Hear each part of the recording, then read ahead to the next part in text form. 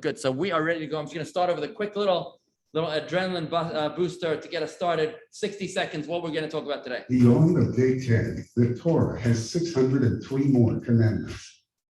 Beyond religious practice, like Passover and Yom Kippur, much of Jewish law is surprisingly devoted to civil life, like commerce, neighbors, and marriages.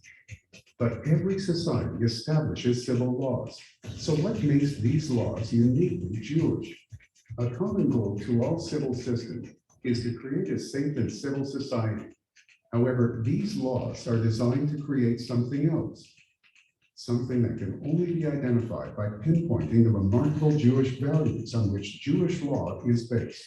Something, when discovered, revolutionizes your approach to everyday life. Join us for Beyond Right and discover the values that shape Judaism's civil code. All right.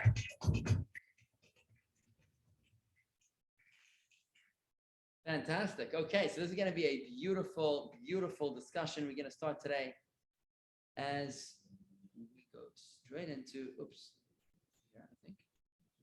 Okay.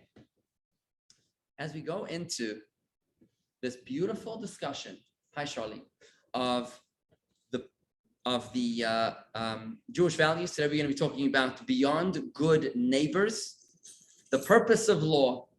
The question we just posed was, why do we need Jewish civil laws? For what reason do we need Jewish civil laws? I can understand you need Jewish religious laws, Shabbat, kashrut, tefillin. We get it. We understand that without the ritual component of Jewish law, we wouldn't have any rituals of Judaism. But why would we need a civil code, which is laws of neighbors, laws of property acquisition, laws of acquisition and transfers, business mergers and acquisitions? What do we need this for? Why can we not just simply rely? Hi, Jeff. Why can't we just simply rely on our host country's secular law? What's wrong with that? The answer is because of the underlying Jewish values that lie beneath the law. Let's compare, for example, a society's values are expressed through its laws. What are the underlying values of secular law? There are very interesting differences between the United States law and the European laws. You see, the American law emphasizes personal freedoms, whereas European law emphasizes not personal freedoms as much as they emphasize equality. That's why you'll notice that in their constitutions, in the Declaration of our Independence, the United States, we call for life, liberty, and the pursuit of happiness as inalienable rights. But in the European and the French motto, for example, is liberté. My French is weak, so I'm just going to translate liberty, fraternity, and equality. See, this is why Europe has far more extensive welfare programs than the United States, because they believe in equality. This is also why when it came to the COVID response, the COVID response in Europe was much more restrictive on society than it was in the United States.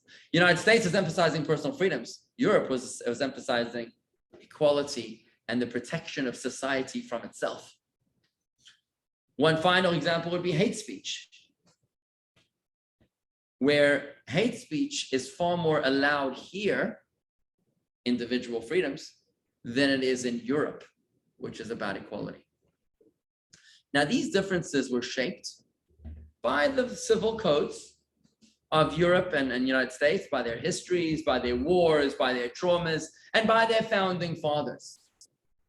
When we explore today the values that lie at the core of Jewish law, we'll be discovering a magnificent new depth within Torah. Many of us love to talk about Jewish values.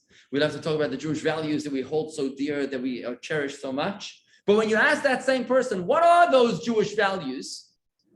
that you talk about, they'll tell you it's tzedakah, kindness, and being a good person.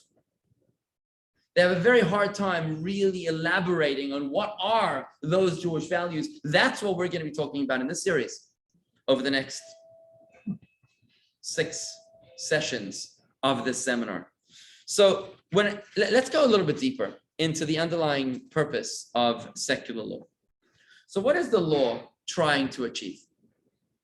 In a famous document drafted in 1789, hi Sheila, famous document drafted in 1789 by Emmanuel Joseph Sayes and Marquis de Lafayette, together with Thomas Jefferson, this document was called the Declaration of the Rights of Man. It was approved by the National Assembly of France, and it had a major impact on the developing societies of Europe and the United States.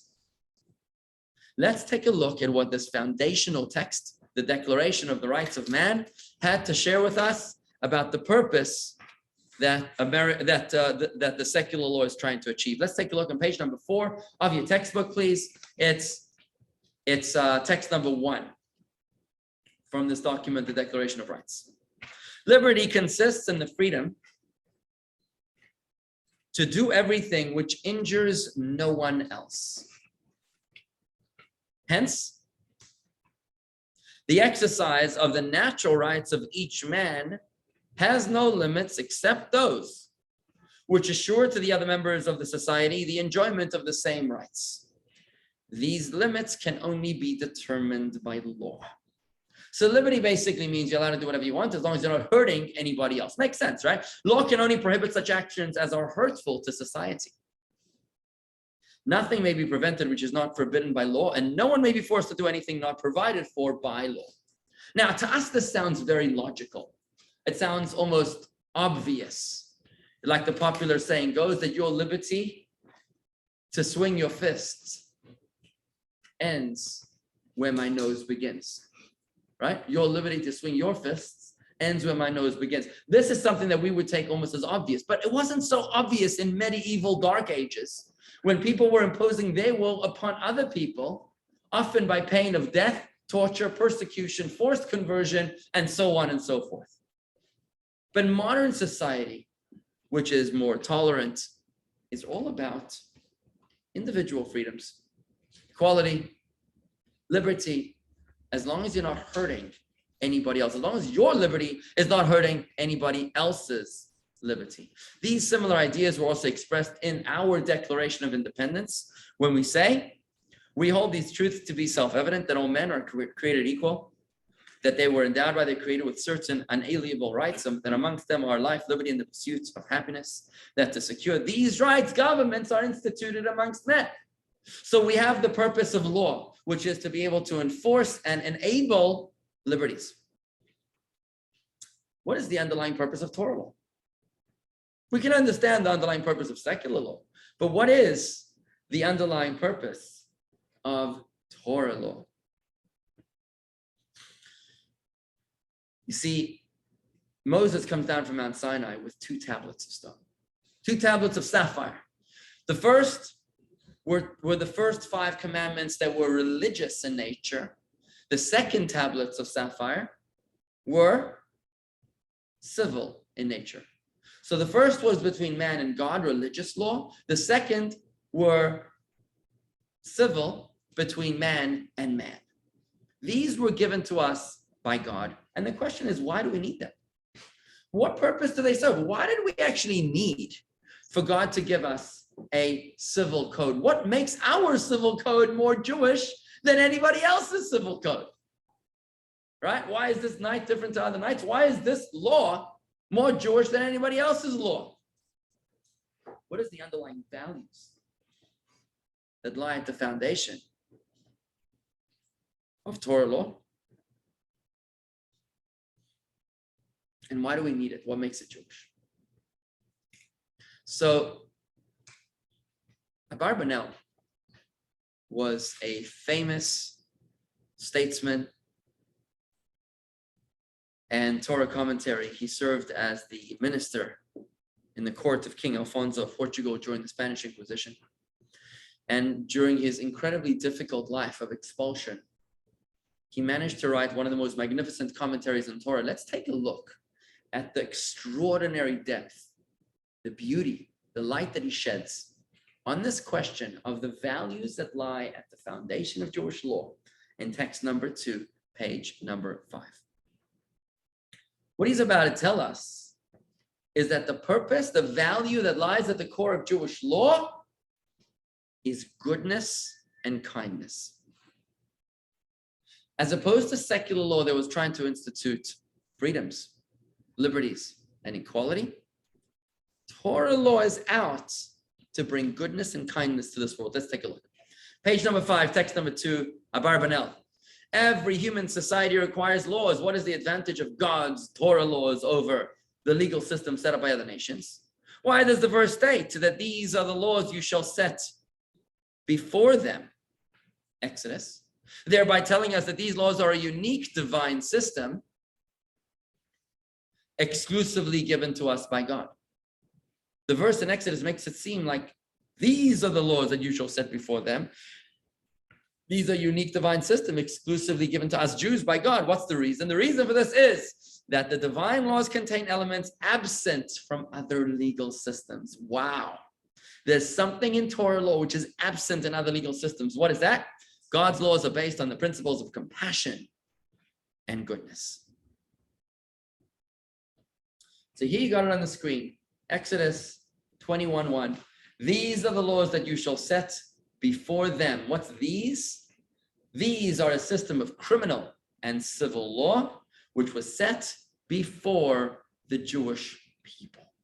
By this code of law being delivered and given to the Jewish people, what happened was that God was introducing his mandate of goodness and kindness to this world, a new premise that was absent in other legal codes.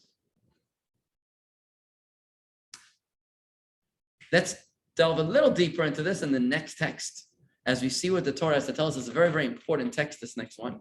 Page number 6, text number 3. This is the origin of the concept of compassion and goodness that God wants us to subscribe to. Page 6, text number 3. This verse is straight out of the 5 books of Moses. Diligently observe God's commandments that he has commanded you. Do what is right and good in God's eyes. So here's a very clear directive, a biblical mandate to not only do the right thing, but to do the good thing, to do what is right and to do what is good. Ve'asisa hayashar ve'hatoiv, you shall do what is right and you shall do what is good. Now, this is a profound concept, friends. You see, what just happened now is that beyond protecting people's rights, Torah is about doing what is right. Again, whereas secular law protects people's rights, Torah law is about doing what is right. And that's a profound paradigm shift from secular law to Torah law. Let me give you an analogy. So, what's the difference between a referee and a coach? What's the difference between a referee and a coach? Anybody? Yeah. A referee judges what's going on, and the coach helps you be better than you are normally. Great. A referee judges you by what's going on, and the coach, what was that? And the coach makes you a better player. Makes you a better player. person. Now, both of them are subscribing to the same rules, correct? Yes. But there's a big difference in their attitudes. The referee doesn't care about how good you're going to perform. He just wants to, he represents the law, the code. He wants to make sure that everybody conforms. But the coach, whilst also caring about the code, wants to bring out the best in you. He wants you to be able to perform as best as you possibly can. And there's a huge difference in their approaches. The referee can be dispassionate, apathetic, indifferent, and cold, whereas the coach He's going to cry with you. He's going to dance with you, right? He wants to bring out the best in you. Whereas the referee regulates, the coach brings out the best in the team. And that difference between the referee and the coach is the difference between secular law and God's law here on the screen. The difference between protecting rights, which is secular law, and doing what is right, which is God's law.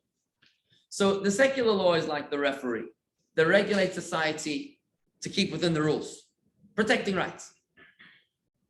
Whereas God's law is like the coach who's guiding society to excel and to be good.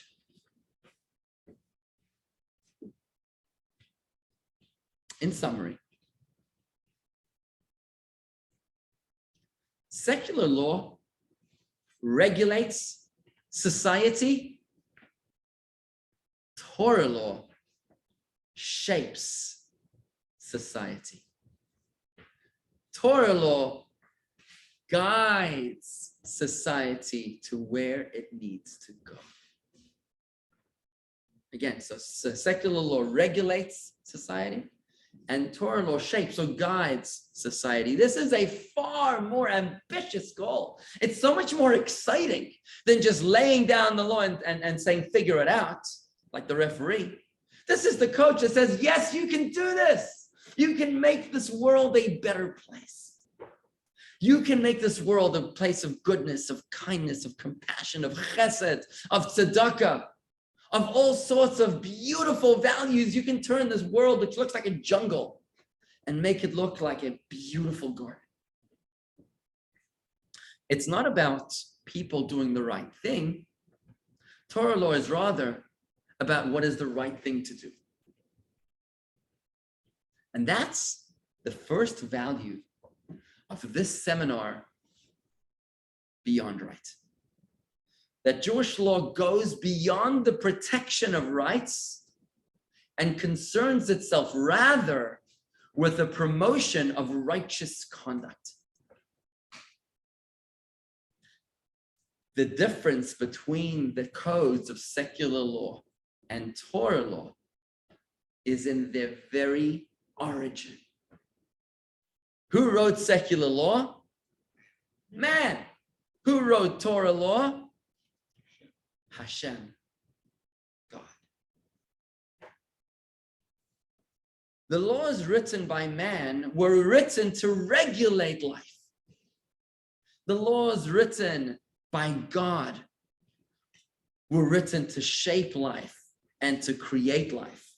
Let's take a look in the screen. So the secular laws are created by man, created by life, whereas the Jewish laws create life. One is the result of life, the secular laws, and the other one is the cause of life. That's Torah. So secular laws regulate society, and Jewish laws shape society. And a second interesting difference between the origins. So the one is written by God, one is written by man, right? Another interesting difference between Torah law and secular law is like this. How often is it that you see an average American who is proficient in all the laws of, business? Real estate. How many Americans know all the laws of real estate? Almost nobody, except for the people that we pay to tell us those laws. They're called lawyers. We pay them to tell us what the law is and then to figure out how we can come out on top. There's no such thing in Judaism. In Judaism, there's not this schism between those that know the law and everybody else. Everybody learns the law. On my sermon on Shabbos, I'm always talking about the nuance of the law. A passerby might think, why is the rabbi talking to a group of highly educated people about the nuances of Torah law? It must be that they're Jewish lawyers. No, they're not Jewish lawyers. They're just regular Jews. Because in Judaism, every one of us needs to know the laws, not just the paid professionals. Because the purpose of law, again, is not just to regulate society. It's about shaping society. It's about becoming a mensch. And every one of us needs to become a mensch. You can't subcontract menschlichkeit. You can't say, well, I'll pay my rabbi and he'll do it for me. You can't do that. You got to be a mensch all by yourself.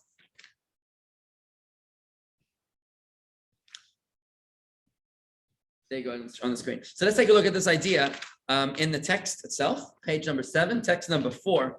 This idea, which I just explained, is in the words of the previous Rebbe, Rabbi Yosef Yitzchak Schneerson, the 6th Lubavitcher Rebbe. Again, it's text number 4, page number 7. He says like this: there are 2 types of laws. 1, laws that create life. 2, laws created by life. Human laws are created by life. God's Torah is a divine law that creates life. And that is the underlying difference between the values that sit at the core of Jewish civil code and secular civil code. It might be very similar laws, but the purpose, the intent, the motivation behind them is completely different.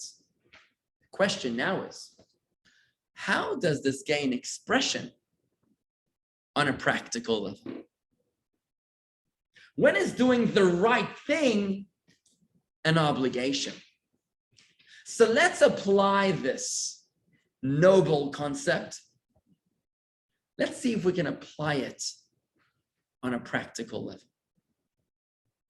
How enforceable is this noble approach to life? When is doing the right thing an obligation? So I'd like to analyze today 4 case studies, 4 real life, modern day case studies. Let's take a look at them on page 8 of the textbook. You can tell Ashley. Page 8 of the textbook, we're going to go through 4 case studies, A, B, C, and D. I'm going to read this. The first one is about a man who was trying to mind his own business until his neighbors tried to block his sunlight with a massive spiked fence. Let's take a look. Nicholas Jung considered himself a lucky man. A German who immigrated to the United States in 1848, Jung had worked hard to carve out a living for himself and eventually prosper as the owner of a mortuary in San Francisco. The business allowed him and his wife Rosina to purchase a modest lot on the top of California Street Hill, where they built a quaint cottage-style home and planted a beautiful garden. Every day, California sunlight and fresh air would stream in through their windows. Jung had no reason to believe that anything could interrupt his idyllic life, or that one person could somehow deprive him of the beautiful days he had worked so hard to enjoy. But Jung also had not accounted for Charles Crocker, a very rich and very petty man who would eventually become both his neighbor and the bane of his existence. At 6 foot tall and 300 pounds, Charles Crocker cut an imposing figure. He had filled his bank account by being one of the big 4 barons behind the building of the Central Pacific Railroad. By the 1870s, he could afford whatever he desired, and what he wanted was to loom over San Francisco like a gargoyle. Crocker and his wealthy partners began scouting California Street Hill for its scenic views and proximity to the city's financial district. Soon, a group of wealthy men, including Crocker, were buying up all the homes on their chosen blocks. By the time Crocker was finished, he had erected a 12,000 square foot mansion. With its new wealthy inhabitants, California Street Hill was renamed Nob Hill. As the project neared completion in 1876, there was one nagging detail. On the northeast corner of the block, Nicholas Jung was reluctant to sell. His cottage was dwarfed by the mansions going up, but he had come to enjoy the neighborhood. With one or both men causing acrimony, the end result was that Jung was not moving. At a reported cost of $3,000, that's a lot of money 140 years ago, Crocker had his workers construct a wooden fence on his land that towered over 3 sides of Jung's home with its 40-foot tall panels. Ouch. The enclosure acted like a window shade, blotting out the sun and cool air and immersing Jung in darkness. You can actually see a picture. See a picture over there? I think you got a picture in your book. You see Charles Crocker's mansion in the background.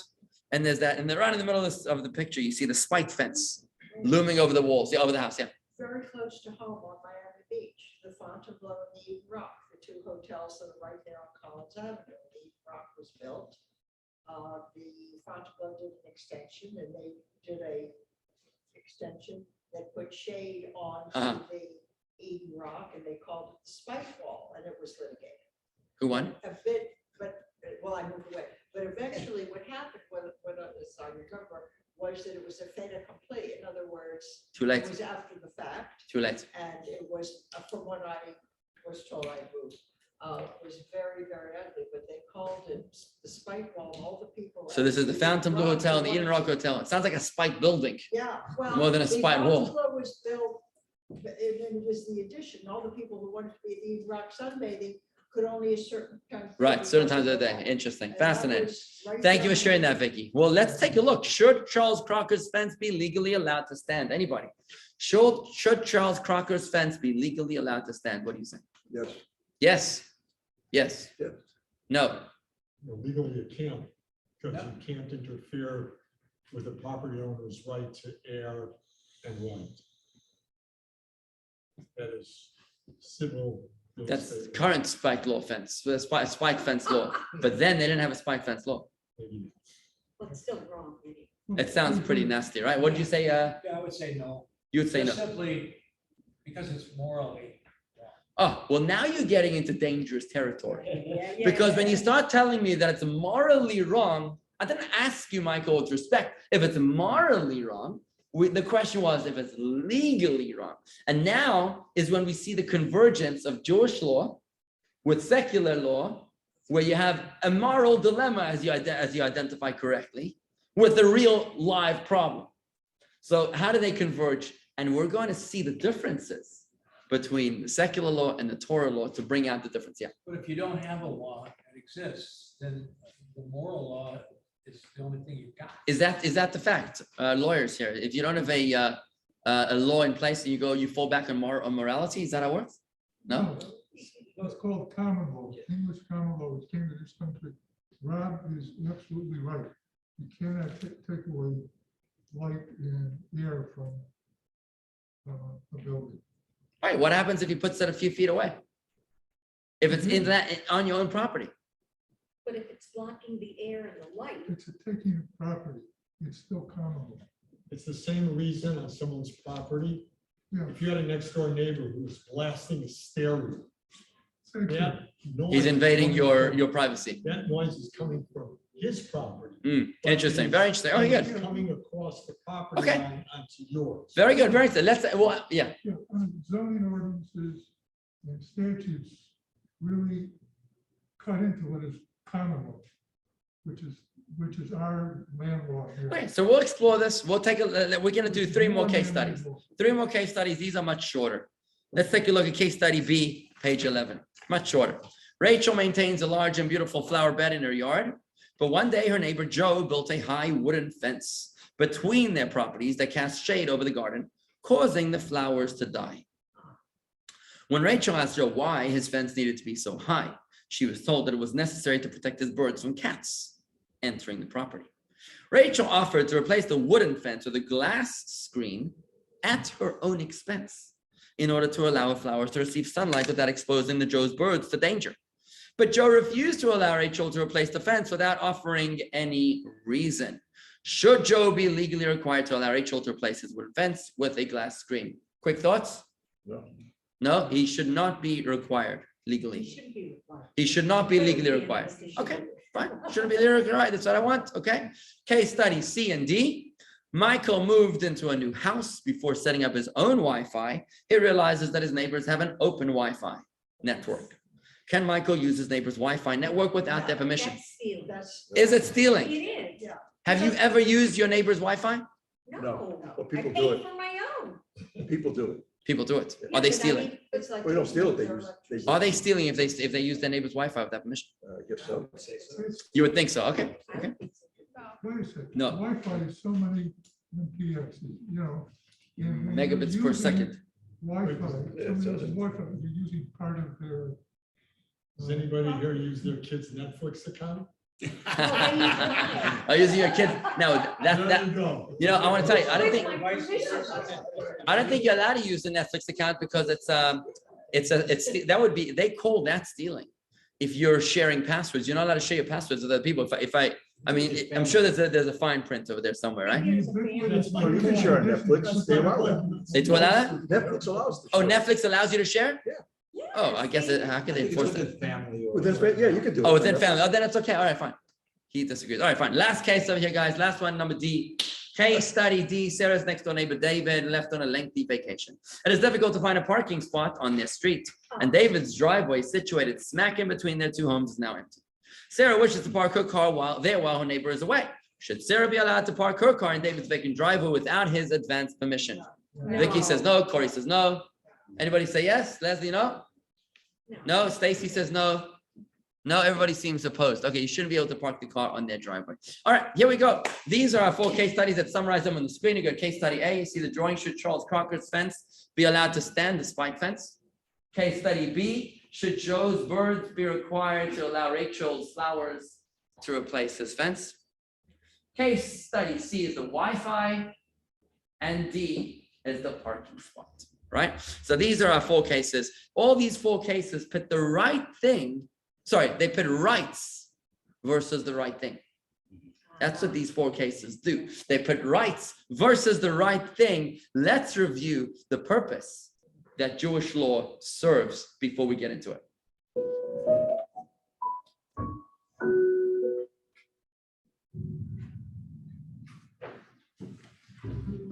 If God created the universe in 6 days, it certainly did not take 40 days for God to hand Moses 2 stone tablets.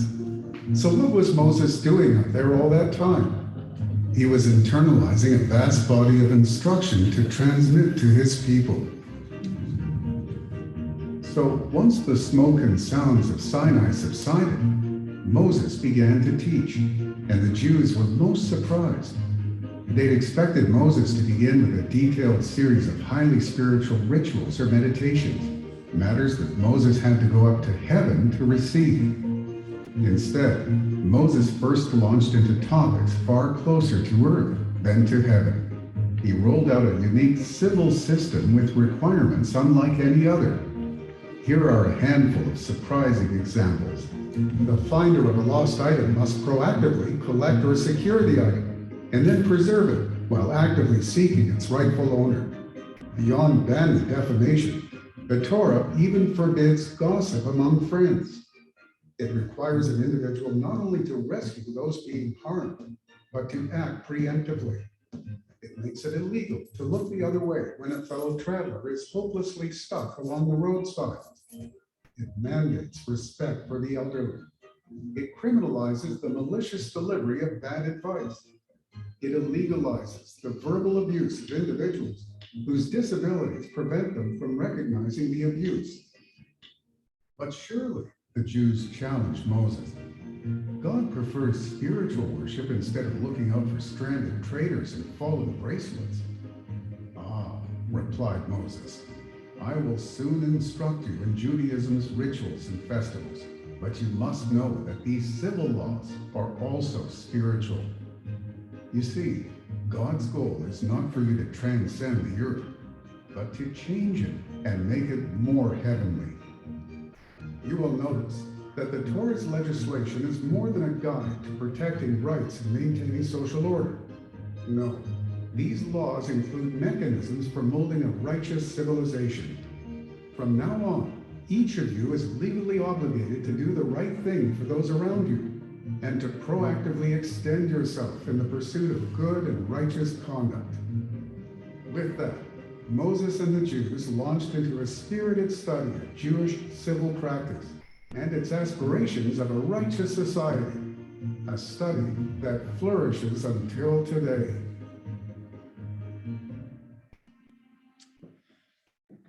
So some applied examples of doing the right thing that we just discovered, that we just encountered, are rules that are largely absent from secular law. You know, some states have a duty to rescue law, but none of them go as far as Torah's mandate of saving the life of another. And that's something which we'll be talking about in lesson 3 of this seminar. Some states mandate, roadside assistance. There's no law for roadside assistance. Have you heard about the guy that a fellow stops on the side of the road to help a fellow Jew who's broken down? His car's broken down. He goes over to him and sees a big yarmulke on his head. And he says, tell me, which shul did you go to? He says, actually, I'm not Jewish. So he says, then why do you have a yarmulke on your head? So he says, because my mother always told me that if I ever break down on the side of the road, put this thing on your head and a Jew will stop by and help you. We have mandated roadside assistance laws. Right? It's absent in secular law. What's the next one? Don't spread gossip. There's no such thing as a law that says you're not allowed to speak gossip. Slander, yes. But gossip, Torah says absolutely prohibited. Some states mandate returning lost objects to their rightful owners, but none force you to pick them up in the first place, right? Jewish law is all about compassion and goodness, premised on compassion and goodness. And that's the premise that we will be exploring through this seminar. So let's get practical. Now that we've got our case studies, we've got to resolve, what does Torah actually expect from us on a practical level? Let's take a look at the definition of the spirit of the law on page 13, text number 5. It's Nachmanides, actually, who takes that original text on text number 3 that I shared with you, the text from Deuteronomy. Yeah, I'll put it on the screen for a moment, just you'll see the text on the screen. There's 2 parts of observing God's commandments, number 1, and 2, to do what is right and good in his eyes. And it's this is text number 3 that you have it on the screen right now. This text is what's going to be clarified in the spirit of Jewish law, the value that lies at the core of Jewish law, which is what we're going to discover now in text number 5. Ready? Here it is. So page 13, text number 5. Nachmanides is one of the great commentaries of Torah. Died in 1270. Our sages expounded on this verse and explained that it instructs us to go beyond the letter of the law. In other words, the Torah first exhorts us to observe all of God's commandments, number 1, and it now instructs us to be careful to do that which is right and good, even when not explicitly commanded to do so, because God cherishes good and proper conduct. So there's the letter of the law you're supposed to follow, and then there's a secondary commandment to go above and beyond the letter of the law. This instruction is very important because it would be impossible for the Torah to exhaustively address all of our conduct with our friends and neighbors, all of our business affairs and the welfare of society and the world. Instead, after offering multiple specific commandments such as you shall not go about as a gossip monger, do not take revenge or bear a grudge, do not stand by the shedding of your fellow's blood, do not curse even a deaf person, and stand in the presence of the aged, the Torah then concludes with a generalized command to do that which is right and good, meaning to go beyond the letter of the law. What this means is that the Torah comes in 2 parts. There's the law, and then there's the spirit of the law. The law, which is to observe that which God commands, but the spirit of the law is to do that which is right and good in God's eyes, even if it's above and beyond the call of duty. So on the left on the screen, you see you're commanded to observe all of God's commandments. That would represent like the body of law. The body of law is the things that you have to do. But on the right, you see the soul of law, which is the spirit of the law, to do right and good even when not specifically instructed. This is the Jewish value that lies at the core of Jewish law. V'asisa hayashar ve'atoiv, that verse from Deuteronomy, which we quoted in text number 3, and you shall do that which is right and that which is good. We're supposed to go above and beyond the call of duty. But how do we define this? On a practical level, how do we apply this above and beyond, going above and beyond the call of duty? How does this even express itself on a practical level? The Torah gives us specific guidelines, defining the spirit of Jewish law, defining what it means above and beyond the call of duty. The Torah tells us that Sodom was a biblical city that was so wicked that God found it necessary to wipe out Sodom and Gomorrah. It now became what is today the Dead Sea, a place of complete lifelessness Nothing is able to grow. Such was the wickedness of the residents of Sodom. The Torah uses a Sodom characteristic as an expression of what we're trying to avoid. Okay, let's take a look in text number 6, page 15. A person is compelled by law not to act in a manner characteristic of the inhabitants of Sodom. So you're not allowed to act like the wicked people of Sodom. You can't act in a wicked manner. Again, you keep in the body of the law, but you're not doing that which is right and that which is good. So what is that? The Gemara, the Talmud continues to explain over the page, text 7a, page 16. What defines the characteristic of Sodom that we're trying to avoid? One who insists what mine is mine and what's yours is yours. What do you think of that? What's mine is mine and what's yours is yours. Is that good or bad? Bad? Bad? That's good. It's good. What's wrong? You mind your business, I'll mind my business. Stick your nose out of my business, I'll stick my nose out of your business, right? It seems very American to me, right? American, maybe, yes. Yeah, like mind your own business, right? Don't look. So what's mine is mine, what's yours is of average character. However, says the Mishnah, another opinion maintains that such an attitude is characteristic of the wicked people of Sodom. So on the screen, what is the Sodom-like character? What's mine is mine and what's yours is yours. The first opinion says that's okay, that's average. The second opinion says that's actually nasty. That's Sodom-like character. How can it be both? Can we make up our minds? How can it be? What are these guys arguing about? Is this approach okay or is it unacceptable? So the Talmud now goes in its commentary to explain to us a magnificent difference between these two opinions that will be able to explain to us the definition of the character of Sodom that we're trying to avoid and the character of good and right which we're trying to reach. And that would be in text 7b, page 16.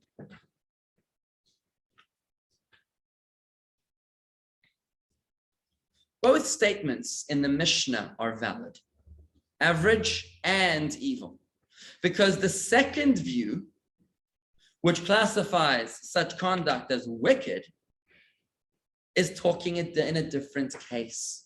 It refers to those who refuse to permit others to benefit from them, even when they will incur no personal or monetary expense as a result. Such conduct is the characteristic of the inhabitants of Sodom. So let me just explain this on the screen, right? So if you look on the screen here a second, right? So what's mine is mine, what's yours is yours. When you don't want to help somebody else and it doesn't cost you anything, that's wicked. When you don't want to help somebody else and it would cost you, that's average. Average. So when the Mishnah says over here, what that minding your own business is okay behavior, it's talking about when it would cost you financial loss. When the Mishnah says that minding your own business is wicked, that's when it would not cost you. You would have no loss, and you still didn't do it. It means you really are a bad guy. So again, let's take a look at this in that text again, 7b. I'm just going to do it one more time just to clarify. Page 16, text 7b. So both statements in the Mishnah are valid in 7a, because the second view, which classifies such conduct as wicked, refers to those who refuse to permit others to benefit from them, even when they will incur no personal or monetary expense as a result. Such conduct is characteristic of the inhabitants of Sodom. It doesn't cost you anything to help the other guy, and you still refuse to do it, that's wicked. By contrast, the first view in the Mishnah, which says this, that minding your own business, not helping, is average, that refers to those who refuse to allow others to benefit from them when doing so would come at a personal or monetary expense. Individuals who adopt this approach cannot be compared to the inhabitants of Sodom because they seek simply to avoid incurring losses through the actions of others. Just as they would not inflict a loss upon their fellow, this indeed reflects the average character. So the definition of the Sodom characteristic is not helping somebody else when it wouldn't cost you anything. But neither of them are the spirit of Well, Because the spirit would mean. to be good and to be- righteous. Yes. Okay, well, let's first define the bad, right? The bad is if it costs you, if you're gonna lose by helping somebody else, then you don't need to do it. But if it's not gonna cost you, then you should do it. Let me give you a very practical example. It happens to all of us all the time. You're on the airplane and you're sitting at an aisle. Next to you is sitting a man who's married to the woman behind you in the aisle behind you. You know, they booked their tickets last minute like me, and they couldn't get the seats next to each other. So they were close to each other, right? So the man is in the middle seat next to you.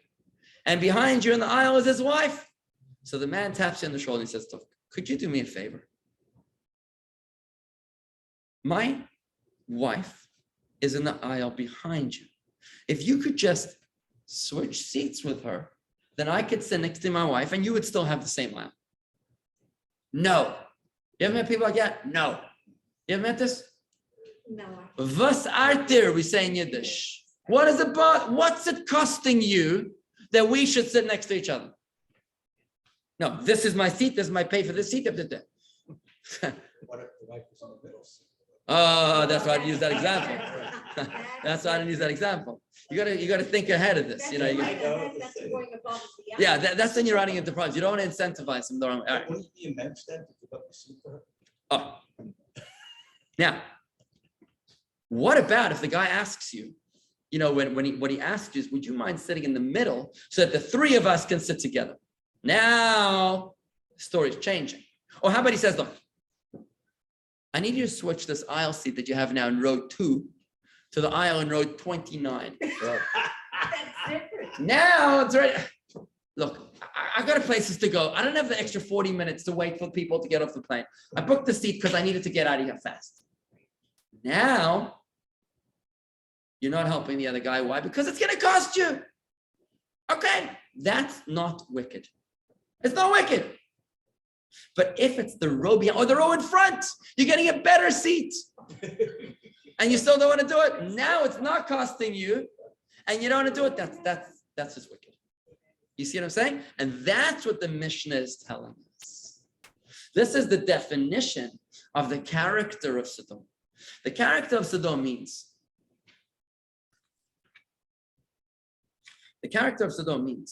that you are not helping the other person when it would cost you nothing.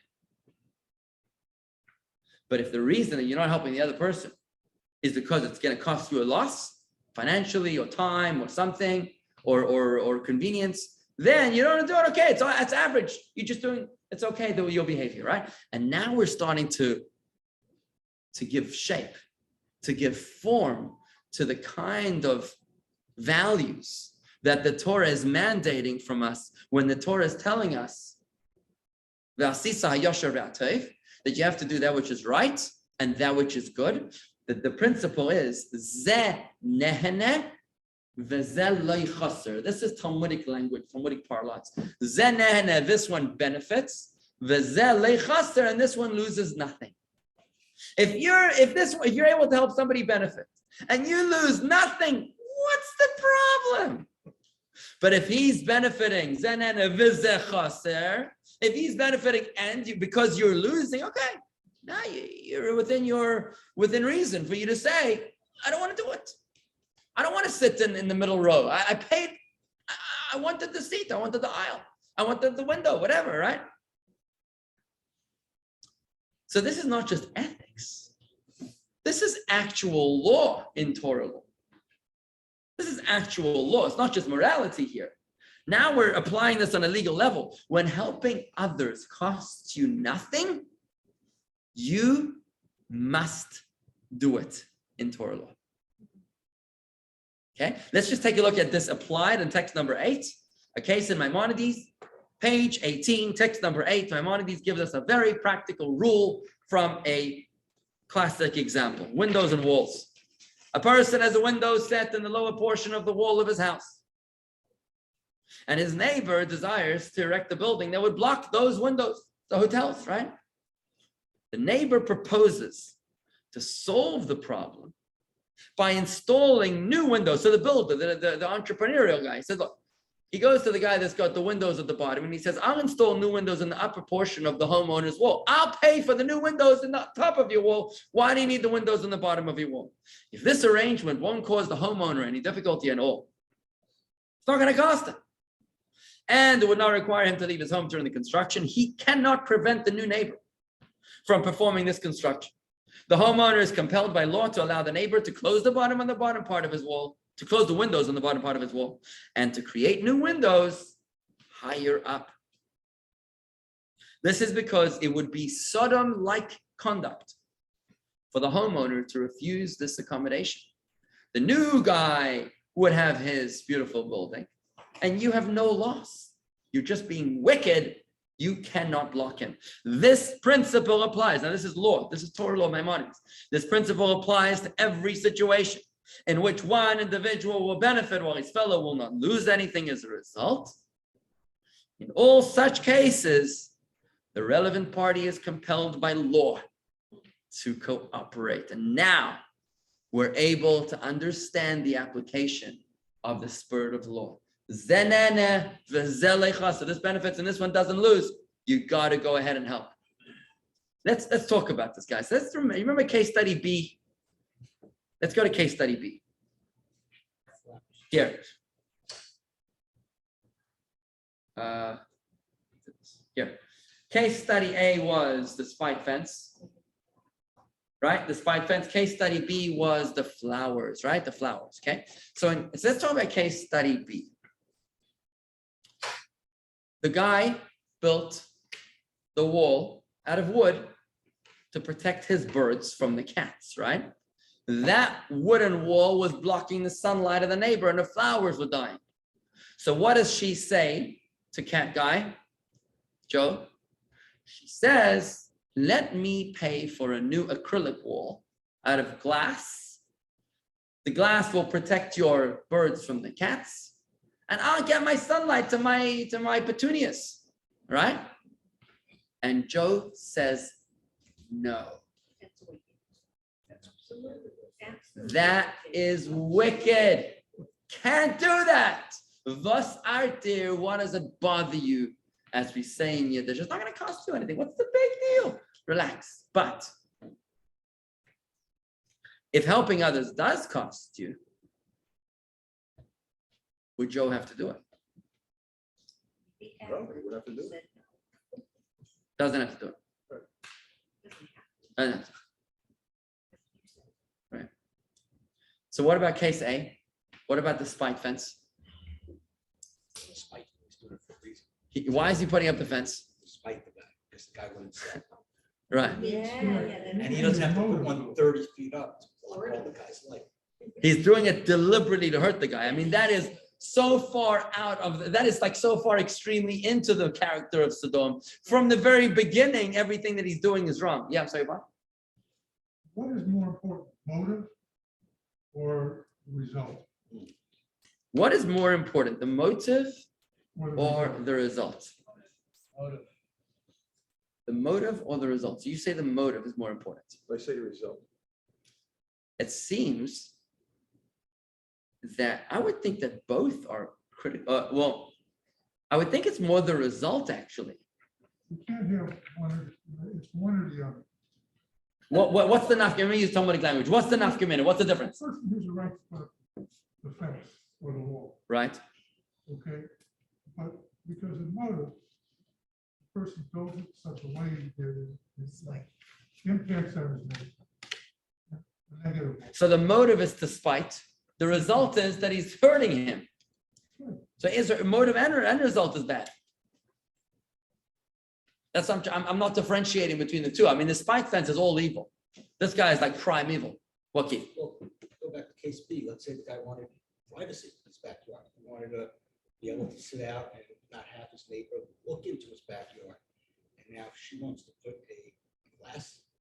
Okay, so now if you're talking about privacy, there's a whole discussion in the Talmud about privacy, right? You can't just decide one merry day to open up a window in in your, your house that overlooks into a garden of your neighbor that you've never looked into before, because that would be, it's called hezek re'iyah, the damage of intrusion, or the damage of visual appearance. I'm not comfortable. I need my privacy. You're actually causing me to lose my privacy. Let's try to keep it simple for now, just to go to talk about case study A and its contrast to secular law.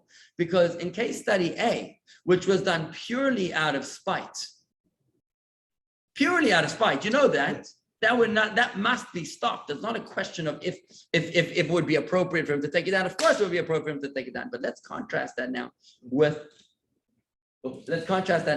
So in case study A, the spite fence is absolutely Sodom-like in every part of it. In case study B, Joe's baseless objection is Sodom-like because he has no right to object. It's not appropriate for him to object. Now, What if he just doesn't like the look of the fence? Oh, now, okay. Okay, so now you could say, acrylic, when it ages, it becomes yellowish, right? And it doesn't look so pretty. So if he has a problem, he has like an allergy to acrylic, or if he has a problem, then it's already considered a damage. So yes, Gail, you're correct. Then if he can justify a motive, which okay, so that's already justified. If he's some fancy interior designer and he says that doesn't work with my color palettes or whatever else, then fine. Then you're already justifying. But if he's doing it for no reason, that would be Sodom-like, right? But secular law takes a completely different approach to these two case studies. Secular law approach to case study A and B says like this. In neither case can you force him to comply because he is acting within his legal rights. I built that fence on my property. Don't tell me what to do. Stick your nose out of my business. Now, many states today, as Rob pointed out, forbid spite fences. But that would help nothing for case study B, which is not even a spite fence, right? Here we see beautifully the contrast between the values of Torah law and the values of secular law. Whereas secular law is looking to ask, does he have the right? Torah law asks, is it right? And that's the big difference at play over here. Let's take it one step further. Let's take it one final step further. Were you going to say something, Michael, before? Well, is a mitzvah part of the law? In other words, A mitzvah is the law. well, but isn't doing the right thing, even though you might be very general, might adhere to the law where it's not hurting somebody and it's not hurting you, is that a mitzvah by just complying with the law? That's exactly what we said in text number 5. That not only are you obligated to follow Yeah, but the an law. obligation to me is not a mitzvah. Is it? It is. That's what the Torah is saying. That you've got to do what is right and what is good. You have to go Yeah, above but and if it's beyond the law, call you of got duty. really no choice. That's the law. That's the Torah law. That's exactly what we're saying. See, to me is, you gave your middle seat up to the guy, even though it wasn't to your benefit. No, but there is a loss. No, I'm saying if you gave up your middle seat, Yeah.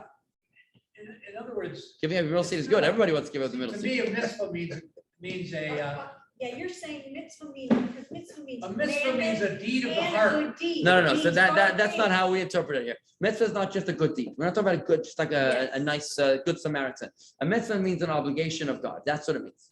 That for the purposes of this discussion, All right. not the colloquial interpretation of the mitzvah. I don't know why my computer keeps just jumping. Sorry, but actually, you know what? The screensaver keeps on turning off. Thanks. But let's just keep it basic. The mitzvah means a commandment. That's it, a commandment of God. That's how we're supposed to do it. All right.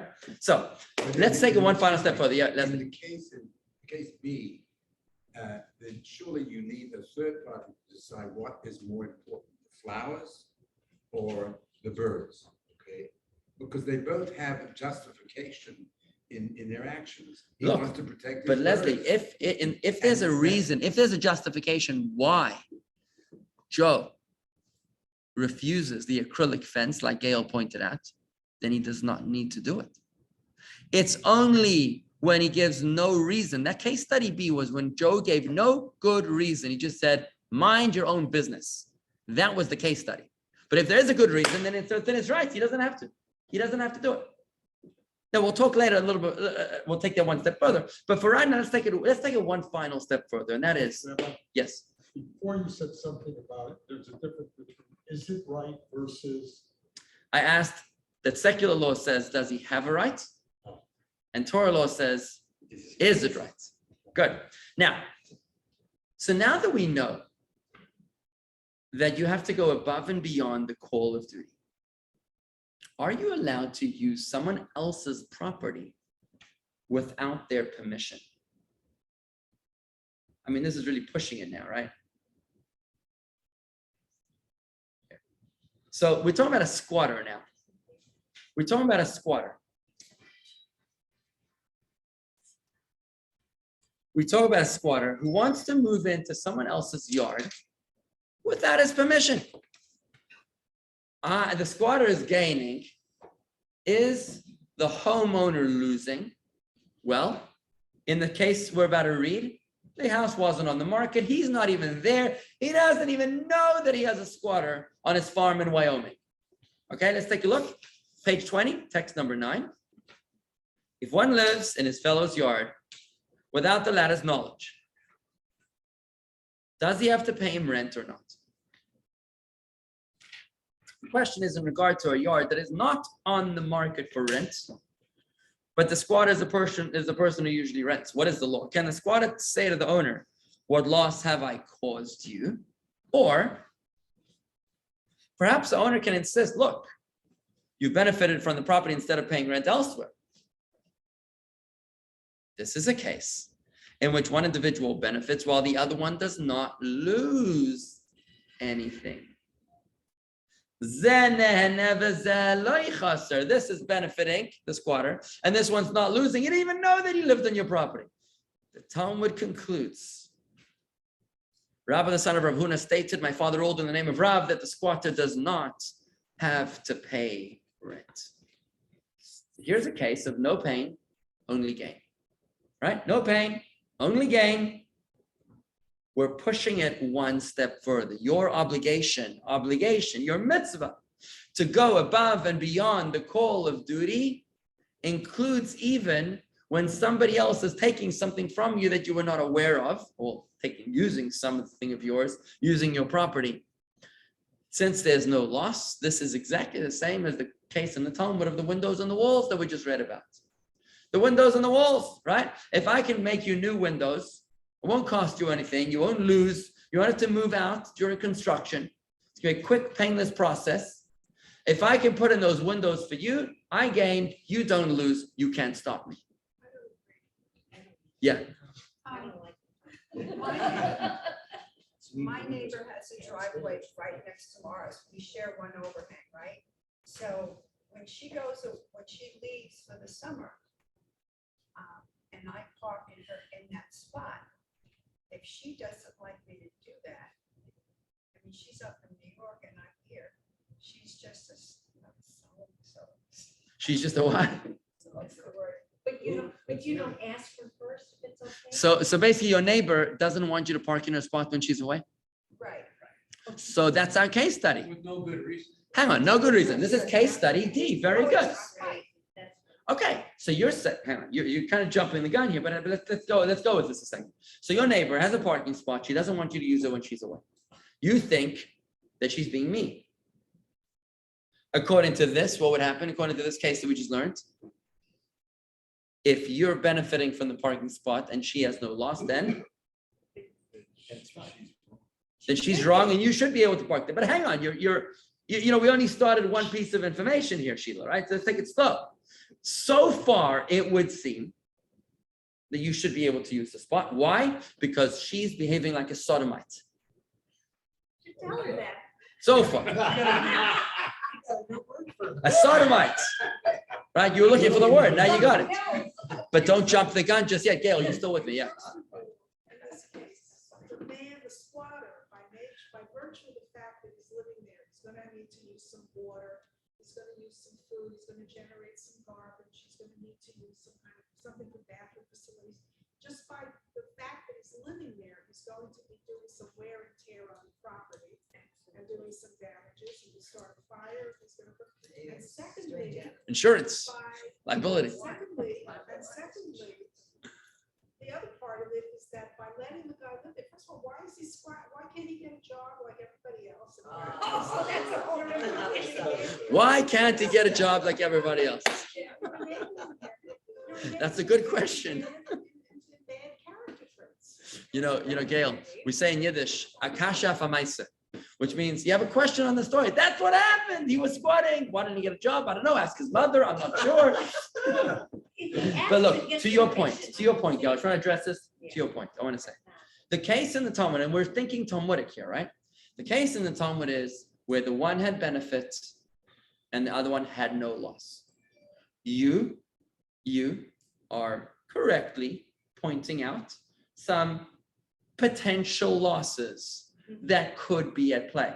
And if you were the lawyer, the Jewish lawyer of the landlord, you might be able to argue in his merit. And therefore, what you might be able to prove is that, he might say that you fertilized in the soil. You might be, I'm helping you, right? Another guy might say, by the way, that an apartment that's not lived in gets ruined, I think, right? And if somebody lives in it, then it keeps it up. Maybe it's Arizona where there's no grass, where there's no, look, I don't know. Assuming that there was no damage, that's the case that we're talking about. But if there was damage, then we go back to our original case where this one benefits and this one loses, and then it's okay for you to say, I'm sorry. So I'm with you. Yes. We're talking about squatters' rights. What about squatters' responsibilities to do no harm? Well, if he's harming, back to Gail's point, then absolutely get off my property because you are hurting me. You can't do that. I have every right to throw you out. Bob, you going to say something? But isn't this almost the exact same facts as what's going on with the Sheikh Jarrah quarter in Jerusalem? The Sheikh Jarrah quarter in Jerusalem. I'm not 100% familiar with the nuance. Okay, I'm not trying to. It depends who you ask, who stole whose land, who's living on whose land. Yet somebody's renting from that didn't pay rent for 50, 60, 70 years.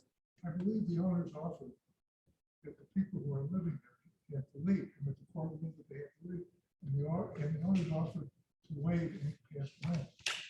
The Jewish owners, I think it was, right? Jewish owners. And the court ruled to throw out the Arabs. And now they're rioting because they believe the land became theirs ex post facto by just living there, which is another Talmudic discussion. You should know, it's a whole Talmudic discussion. Squatters becoming owners. Squatters becoming owners by virtue of squatting. That's a whole different Talmud. No, this isn't the squatters becoming owners. Court ruled. The owners said, we are going to waive past rent. We would just like you to move out or pay rent in the future. Isn't that the exact facts? Look, I can't answer the question if it's the exact facts because that's such a complicated story. It's a story which really lies at the core of all of modern day politics. I think Sheikh Jarrah neighborhood is the core of the Middle East, which is the core of like the whole world. The war between Vladimir Putin and Ukraine right now has got something to do with that too. No, I can't. I'm talking about the Jewish side. What? I'm talking about the Jewish side. The Jewish side. Look, again, I'm not into that sugya, into that frame of concept. So I'm gonna pass on that particular question. But again, when you go Talmudic, Bob, here's what you have to do. You always want to understand the core foundational principle.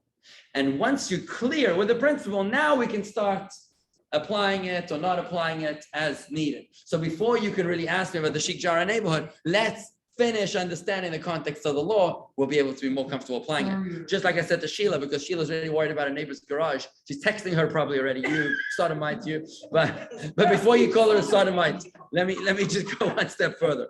So Actually, my thing in life is never let anybody go if I don't like them. Oh, okay. Well, that's a good approach. Okay, that's a good approach. Before you text her, just all right, fine. So we said like this. We said that it's a mitzvah, it's an obligation to follow the law and to go above and beyond the letter of the law. What that means, above and beyond the letter of the law, means that as long as somebody else is able to gain without you losing, you are obligated to comply. If you are losing, you have no obligation. But when we applied that to squatters, we said the squatter is allowed. Yes. As long as there's no loss. Gail correctly pointed out, assuming that there is no loss to the landlord, then you are allowed to squat on their property if there's no loss to them. But now the final question is, what happens? That's applying to the past, right? Say you look at the past, you say, do you have to pay back rent? The answer is no. But what about the future? What happens if the owner actively protests? Right, which is the case some of us are talking about. If the owner was actively protesting like your neighbor that says, Sheila, do not use my parking spot. Now it's a different story. Because when it came to the past, well, I've been parking here for the past 10 years and your neighbor wants you to start paying rent for the past 10 years of using their parking spot. Sorry, can't, because there was no loss to you. But now moving forward, the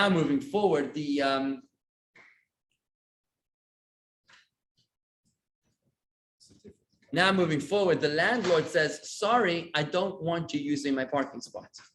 Right? I don't want you living on my land. What happens if the owner actively protests? What do you think happens now?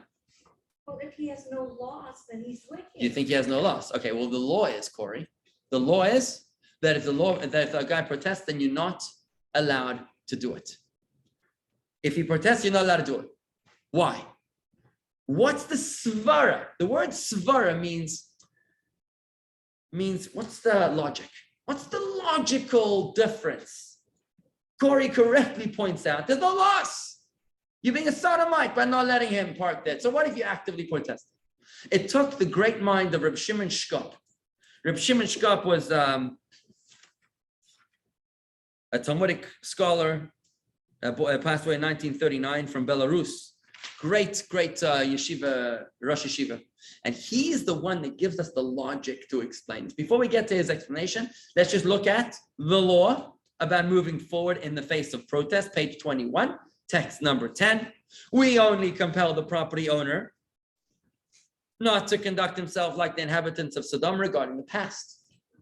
The squatter who resided on its property without paying rent is not compelled to pay rent for the past. At the same time, it is clear that the property owner has the right to protest the squatter's presence and need not permit the squatter to remain on his property. What's the difference? Why is the case of unauthorized use of property treated differently? Why is this law different to all the other laws? In the other laws, we say that when the guy has no loss, you're being a sodomite. Here, when the guy has no loss, you're allowed to stop him. Why is that? Yes, Sheila. The difference is, when the guy was living up north, he never knew that someone was parking in his spot. But as soon as he found out, he had the right to say, I don't want you to park in my spot. Right, period. Yeah, but is he being a sodomite? And because, what? Is he being a sodomite now? Oh, come on. Personally, What's it? Are you okay with him parking on that or not? Can he block the neighbor or not? Yes, because now he's aware that someone's in his spot. So, and they tell you to your face. So what's wrong with that? Why can he block you now? What's wrong with it? It's his parking spot. If they wish to he owns it. not have somebody parking. But is he not? Why is he not being a sodomite with that approach? Why are you supporting your neighbor right now? Why is it okay for her to block you? What's the svara? I'm not letting you go without a Talmudic svara, a Talmudic logical, rational explanation. Gail. Because if you just let it go, then all society would fall apart because everybody would just squat on everybody else's property. But they'd be causing them damages. What do you mean? They move into my house. Hello, it's my bedroom. Hello. You know. Yeah, I mean, it's the principle of the thing is that once the guy knows that someone is squatting there, he has the ability to assert his rights, because if he doesn't, then everybody would just go and squat on everybody else's property and all society. Okay. So Gail, so let's go. So you're saying the moment that you prevent me from asserting my rights over the property, What have you done to me? Wasn't there? Taking away my freedom. Taking away my freedom. Yeah. That's exactly what happened over here. If I don't know that you're there, no pain, only gain. But if I know that you're there and I say, that's my seat, and I cannot exercise my authority over that seat because I apparently don't have the right to stop someone else from sitting there against my wishes, I feel less a sense of an ownership. You've actually mitigated my rights, my authority, my freedom, my ownership by you parking there against my will. And that's exactly what Reb Shimon Shkop explains in this Talmudic explanation. Let's take a look at it in the words of Reb Shimon Shkop. You'll see it here. It's text number 11, page 22. Page 11, page 22. In my opinion, says Reb Shimon Shkop, the reason that Tosfot rules that the property owner cannot be actively compelled to allow a squatter on his property is because compulsion in such an instance would be a forcible negation. Again, the reason that the property owner cannot be actively compelled to allow the squatter on his property, right? So why can he not be compelled or forced to allow the squatter on his property? Is because compulsion in such an instance would be a forcible negation of the property owner's control over his own property. Most people would object to this. The failure of an individual to consent to something that most people would object to cannot be considered Sodom-like conduct. However, the squatter's presence on the property without the owner's knowledge doesn't negate the owner's control of the property because the owner retains the right to evict the squatter at any time. The reason that the law changes in the case of a squatter in the face of the protest of the landowner is because you're actually hurting him. You're hurting his rights to the ownership of the land. When your neighbor, Sheila, says, I don't want you parking on my spot, and in her camera, she sees every day you're parking on a spot she feels like one day you can almost claim this is my land. You might actually say that. You might come with some sort of a sham document and say, this is my land, I've been parking here for 30 years. I go, what this is? Right? And she feels like she's lost her authority of the property. So now it's not a case of Sodom, of this benefits and this one has no loss. No, this benefits and this one loses. I don't want you to do that. And here you can compel the squatter to get out. Yes. What you said is exactly what is codified in American law. It's called the law of adverse possession. If someone holds on to a piece of property belonging to someone else, open and notoriously, without objection from the rightful landowner, for a certain period of time. The squatter becomes the owner. 10 or 20 years. Yep. The person who has done that now has title to that land, and the owner cannot object. Right. Because he was aware of it, it was open, it was out there was no objection. In Torah, that concept is called chazaka. It's having I'm not sure how you translate chazaka, it's a different seminar, but chazaka would mean, I've sat in this seat for 3 years now. Okay, so nobody's going to tell me what to do now. This is my seat. 3 years is considered, what? That's also the, Technically, yeah. It's also the law, it's also the law of the synagogue. Yeah, there's such a law. It's a law of When you chazaka. sit in a seat in the Yeah, synagogue, yeah, that's your absolutely. seat.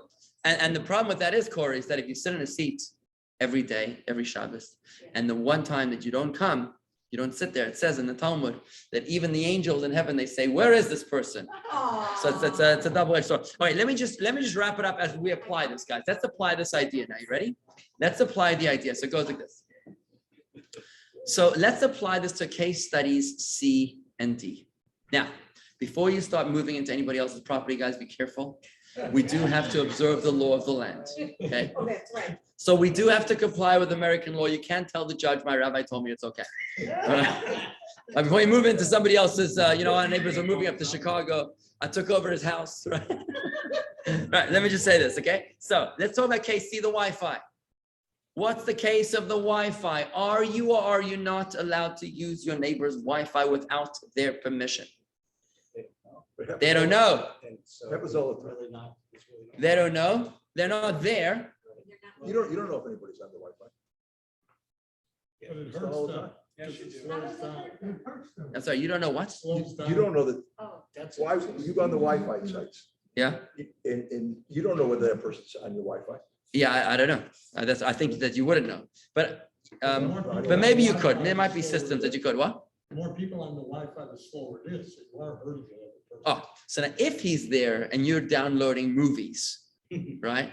And their internet slows down to a crawl. They get in their emails. You know, have you ever watched an email arrive in like slow motion, like somebody's delivering it by bicycle? You know what I mean?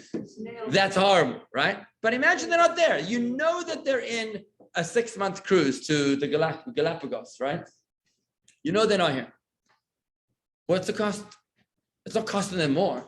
So here there's pain and no gain. You are allowed to use their internet. Now, if you could argue that it's going to cost me more, my rates are going to go up. I've got a special deal where I don't use it for 10 months. Like I have a deal in the bungalow in New York City, New York State, that if I don't use the internet for 10 months or something, there's some sort of a deal. They freeze it and then it hibernates and it goes up to a certain thing. If you are ruining my freeze mode, then my whole rate goes up. Then of course you're causing me damage, right? But as long as there's no damage to me, then you absolutely, according to Torah law, are allowed to use the neighbor's Wi-Fi. What about the parking spot? What is the duty of the person who is using the Wi-Fi? Where does he get the right to use it? Well, you're coming from American law, where it's about, do I have the right? I'm coming from the thousands, of right and wrong. The other person is paying for it. Okay, but he has no loss by your using it. He has no loss by your using it. So what? I'm also paying for my seat on the airplane. So what? So American law says like this. American law protects the rights of the owners regardless of any loss. It's none of my business, none of your business if I have a loss or not. Get off of my property. Don't tread on me. You know, the Chabad of Montana did a Zoom with us last year. And he said here, I think he said, everybody's libertarians. They don't care if you're Republican, Democrat, Obama, Trump, makes no difference to them. Until the minute you set foot on their property. Then they blow your head off. Because just get off my property and we're good neighbors. He said, that's how we roll in Montana, right? So American law says, protecting the rights of the owners regardless of any loss. Hence, it would be forbidden in American law, technically, to use the neighbor's Wi-Fi. And the same thing with the neighbor's parking spot. You can't use my parking spot. It's my property. Get off my property. Torah law says no. If he doesn't know about it, there's no loss, no problem. But if your neighbor now, Sheila's telling you, I'm going away and I don't want you on my parking spot, now what happens? You're defying their authority, means that what you're doing is that you're mitigating their control over their own property, and you therefore cannot compel the owner to go against his or her will. And that's how we wrap up our 4 case studies. Whether he knows or doesn't know of you, even when he does know, if it's not hurting him by having her park there. Well, we said, and Gail explained that by him knowing and you defying the owner's will, you're already causing damage. Aggravation. You know, it's interesting. When I came down here, I had a parking spot in my building in Brooklyn. I paid for. I told my ex-wife, go park there. She goes, somebody parked in your parking spot. The person said, oh, you're never around. I didn't think you cared. I sent an email out to everybody. And now you might need to hire a lawyer to get him out of there. No, I sent an email. If it's not moved within a half an hour, I'm gonna have it towed. You know how fast they moved the thing? And they said, I'm sorry, I didn't know, you're never around. Well, by the way, they were right to do that. Well, no. They were right to do that. But the minute that you realized, you were right to stop them. But no, they weren't, because it's mine. If I want someone to use it anytime I Oh, want. that's something else. Now, we travel like crazy. Yeah. I might be in the Galapagos, but my brother is on an overnight stop somewhere, right? And he wants to use it. And it's 3 o'clock in the morning, and I don't want to be woken up now looking for the neighbors, right? Good point. And the moment that you feel that there's a loss, there's automatically a loss. But if someone's using it, even though, oh, he's not going to be around. So, fair enough. And if that's your argument, then you're right. The loss is that I might want to use it at any time I want. That's right. Let somebody else use it. Yes. And that's A very that's valid why point. we're here. Guys, let me just wrap this up. We'll take a few more questions after. I just want to wrap it up with one final point. And I want to say that everything we spoke about is we spoke about that you're not obligated to help someone else when you have a financial loss, right? However, when you have a financial loss, however, it is considered midas chasidus. It is considered a very noble spirit to help someone else, even when you do have a financial loss. You don't have to, but it's highly admirable. Let's take a look at one final example. Text 12, page 24. It's the case of Rabbi and his negligent employees. They caused him damage and he was very upset. And take a look at how he treated them. Page 24, text number 12. Rabbi Bar Hanan's barrels of wine was negligently broken by the porters he hired to transport it. Rabbi seized the porters' cloaks as payments for the damage.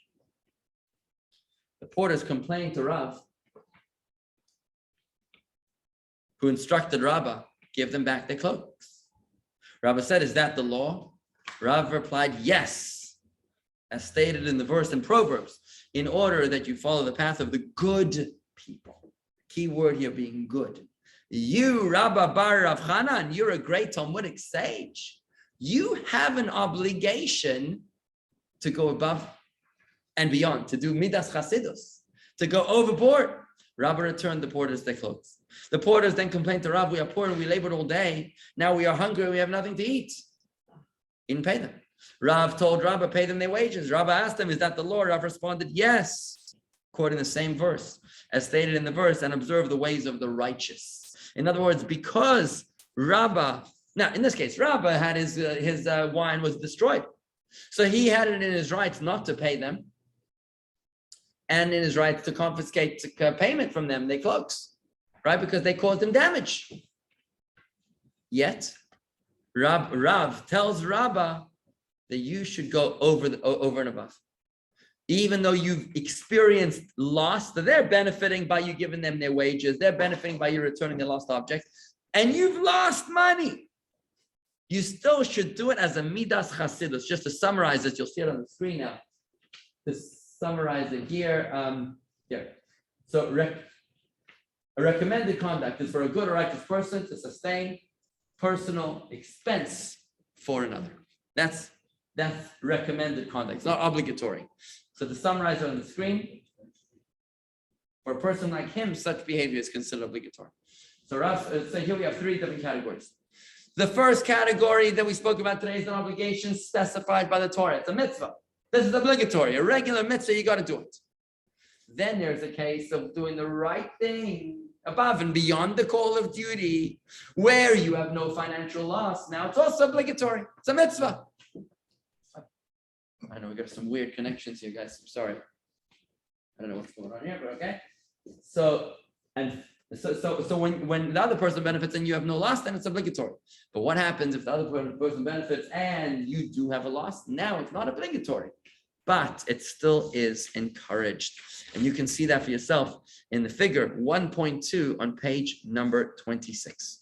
I would just like to conclude today's class by saying a few things. First of all, we're going to have a key point summary video in just a moment. Before the video, I just want to conclude by saying that next week, we're going to approach the Jewish value of teshuvah, of repentance. Oops, not this. And approach the Jewish value of teshuvah, of repentance. And we're going to talk about whether teshuvah is personal or a civil matter. We're going to explore civil law, the exploration of civil law of rehabilitation, and how it sheds light on the Jewish approach to self-redemption. So let's summarize. Oh, and if you didn't, Lesson 1, beyond. If you didn't sign up yet, please ask Ashley and she will sign you up for next week with a textbook and all for next week's class. She can mail it to you if you're with us here on Zoom. And with that, I'm going to play the key points video. Lesson 1, beyond good neighbors. 1. All legal systems are shaped by their underlying values, but this is especially true of Jewish law. 2. While secular law views its purpose as maintaining social order by protecting individual rights, Jewish law sees its purpose as shaping society by guiding individuals to do what is right and upstanding in God's eyes. 3, Jewish law forbids spiteful conduct. Spite fences are forbidden, and people can be compelled to allow changes to their property that benefit others and come at no personal cost. 4, certain unauthorized uses of other people's property that cause no harm to the owners are permitted by Jewish law. However, the owner generally retains the right to object. 5, when doing the right thing in favor of a fellow entails a degree of personal expense or loss, Jewish law declines to mandate it, but nevertheless encourages people to adopt this praiseworthy approach. So how far you're supposed to go in that final category when you have a loss and somebody else stands to benefit? This would be the case of somebody asking you to give them the aisle, and in exchange, they're giving you the middle seat. That's already, a judgment call, which we leave to the righteous to figure out. But it's only recommended. It's not obligatory. Obligatory is to go above and beyond the call of duty, and that is when you have no loss. I hope that you've enjoyed our session here tonight, this afternoon. Would love to hear your thoughts and feedback and reflections. Feel free to send me an email to rabbi@jewishgardens.com. That's rabbi@jewishgardens.com. And for those of you that are with us here on Zoom, feel free to unmute or to share your thoughts with me here.